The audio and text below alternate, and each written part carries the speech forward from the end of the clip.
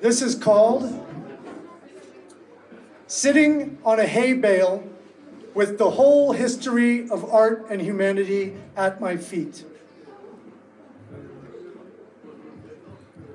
June 15th, 2025. Day 1 at La Ferme Magique. L'Antidote is taking hold, and already I don't remember what the poison was.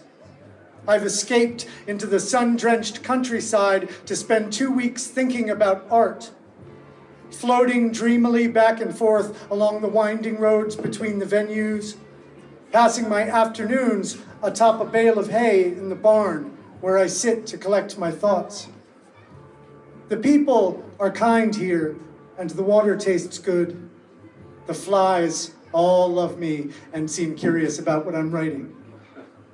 Outside, a stone wall crumbles, and beyond that, a field full of the green and golden waves that drove the painters crazy. In the barn with me, the artworks of my friends are protected from the elements, just barely, by a few more piles of ancient rock and a couple centuries worth of broken and rotting boards. The whole situation feels precarious, yet equally timeless. It's hard to say if the birds are talking about us or just continuing in their usual conversation. Day 2. The barn doors sway and creak in the gentle breeze.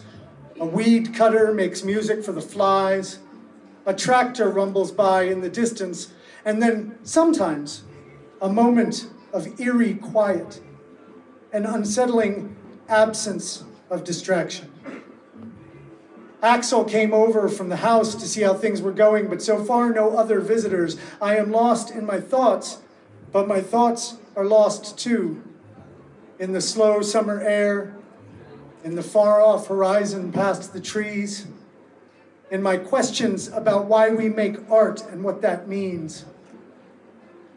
Finally, all this time and space and peace in which to consider. It's ideal. It's bucolic. It's romantic. It's terrifying. Day 3. If a poet screams in a barn and there is nobody there to hear him, does he still make a sound? I had expected to feel anxious writing in front of other people, but I actually feel anxious alone in the calm. Without the city sounds, neighbors, and technology all pulling at my attention, without all the familiar objects in my apartment that also clutter my headspace. What I think of as the simple life in the country is not so simple after all. It is a plunge back into the forgotten depth of reality. Sharing space with the bats, the bugs, the cows, the geese, the wind. Watching the humans build new structures while nature swallows back the ones from not so long ago. It makes the social games we play with each other in town seem like very small things. And yet, here I am, doing something that only makes sense if it is seen. Day 4. We had our first visitors today. They were curious and nice to us when we tried to explain for the first time what we're doing here, which in my case is something about how site-specific work forces me to confront the influence of my environment on my thoughts. But it was difficult to articulate because I've been in the midst of an allergic sneezing attack all afternoon. Later, a butterfly flew in and landed on several of the pieces before leaving. It seemed to like Rich's feather box the best. The bats all prefer hanging out behind Leslie's installation, and so far, my biggest fans are definitely the flies. Day 5. Today came the heat, reminding me that I am an animal too. I am thankful for the shade of the barn, and looking around, I am thankful for all these different types of cave markings with which the other human animals have tried to preserve and convey their own confrontations with the elements of existence. Diana's painstakingly detailed perspective on her own naked human form. Rachel's subconscious dancing in a soupy, wild dreamscape with the characters of story and myth. Rich inviting us to behold ourselves in the fragments of his personal abyss. Leslie externalizing her psychological forests to spill into the limits of physical space. Alison reassembling the shards of what's been broken into new harmonies with the music of light. And the whole time, Andrew's DIY freedom flags waving in the breeze, appealing to heaven on behalf of us all. Day 6. The heat baking so deeply that even the flies have stopped moving. People keep asking me if I've been watching the news, if I think there will be a nuclear war. It's a question that pulls the rug out from underneath all the other questions. A question I apparently can't hide from even in the country, even in a barn with no TV, radio, or internet. But I also don't know where else I'd be doing any more good.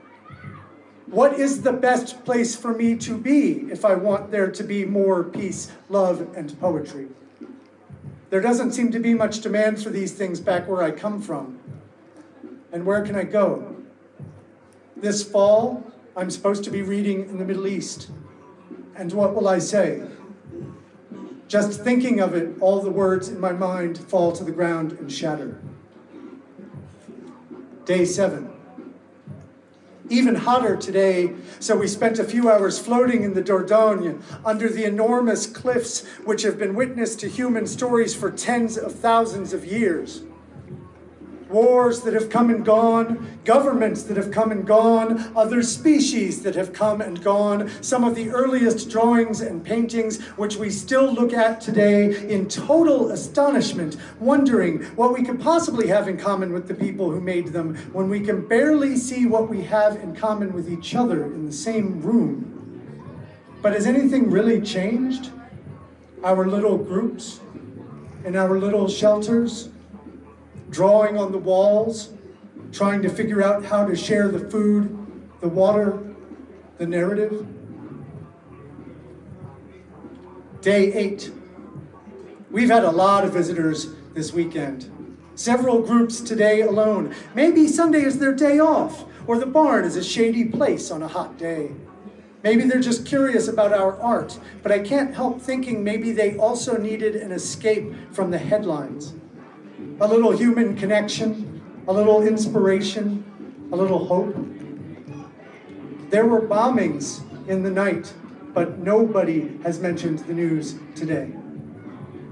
Maybe there is some small comfort just in reminding ourselves that creation continues. Some parents came in with their young children who looked, giggled, asked questions, then ran off back into the sunshine. The sunshine continues. Day 9. What am I waiting for? In this festival, in world events, in my life? What comfort, what validation, what epiphany, what deliverance? Am I waiting for an art collector to walk in and tell me that my ideas are good enough? Or for a politician to say into a television camera that I am going to be safe? Am I waiting for a chance better than this one to say whatever I'm hoping to say before I die? Am I waiting for love, for permission, for my parents to come back from the dead and be proud?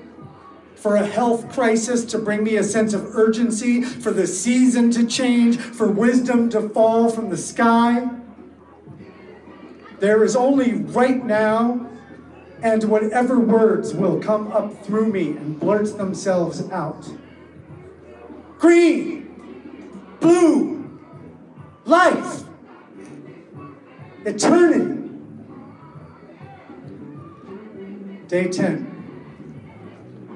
This morning we went to visit the cave paintings at Peshmerel, and I can't stop thinking about their devastating simplicity, their direct mediation of nature. Sometimes just a line or two to indicate that there was a bison. And from there, we understand that he is both resource and adversary, food and danger, power and blood and beauty and death all at once, and his animating spirit in symbiosis with ours, that is the myth and the ceremony. The whole mystery of existence, all the meaning required for the invention of art. So really, how hard can it be? Just today, I watched a bat improvising evasive patterns in a math beyond what my eyes could predict. I saw at least 100 ants organizing an industrial-scale operation around the base of my trash can. I have no idea what the flies are doing, but they are everywhere, and we are all part of an ecosystem where we somehow help make each other possible. These pests, these nuisances, are part of the same majestic pageant of particles that brought me into being. I am surrounded by a poetry that I have forgotten how to tell. Day 11. Today, exploring another of the local caves, just briefly, the lights went out. And for a moment that felt like a century, I glimpsed the power that darkness held over us before we harnessed flame. It could only have been a few seconds, but they were harrowing. The sound of the water echoing in all directions, the total disappearance of perspective, the weakness of my other senses made evident. My deep disconnection from the awareness and intuition that once made humans what they were. In the time it took me to realize that I could just turn on my phone flashlight, I experienced the total annihilation of my ego. Then we returned to the barn, and a dozen or so people from the art festival joined us to take a group photo for the local paper. Behold, I kept wanting to say, the miracle of light. Day 12. Then, last night, as if to emphasize a point, the sky conjured a mighty tempest. Growling thunder, blazes of lightning, manic clouds swirling in all directions, winds so strong that pieces of the neighboring roof tore off and flew through the air. Power lines were knocked out, plunging the whole farm into dark. The force of the air through the cracks between the stones blew two of Rich's pieces off the wall. We were helpless to do anything but take shelter and hope that the barn would survive. But how does anything survive? For decades, centuries, millennia, when at any moment it can all become so fragile? It's a miracle that anything even endures for long enough to be perceived at all, let alone that a handful of people might gather in a field to share their thoughts about the latest bison painting, or rejoice to a common music, or listen to some guy process his feelings about the humility of his creative efforts in the face of nature and time. Day 13. The days I've spent on this farm have reminded me that every life, every moment, every breath of the cosmos is precious. But how best to honor that? If I had the chance to leave one mark on the wall of a cave where it might be discovered in 30,000 years, what kind of mark would I make? What would transcend language, reach across the countless generations, carry with it the heat, the flies, the history, the hope, and somehow do justice to the spirits of the bison and the storm? Day 14. my last chance to figure out what I'm trying to say before I have to say it at the event tonight. I keep thinking of the other day when Axel said to me that he doesn't like how humans always feel like they have to leave a mark everywhere they go. And man, even with a pen in my hand, I have to wonder if he's right. Why should the imprint of one hand matter? And why should it be preserved? Maybe the key is to remember that whatever mark I leave, it isn't only to say that I was here. It is also partially to say that we all were here, huddled together in the dark in a frightening wind a very long time ago. And may we celebrate together that we still are. Merci.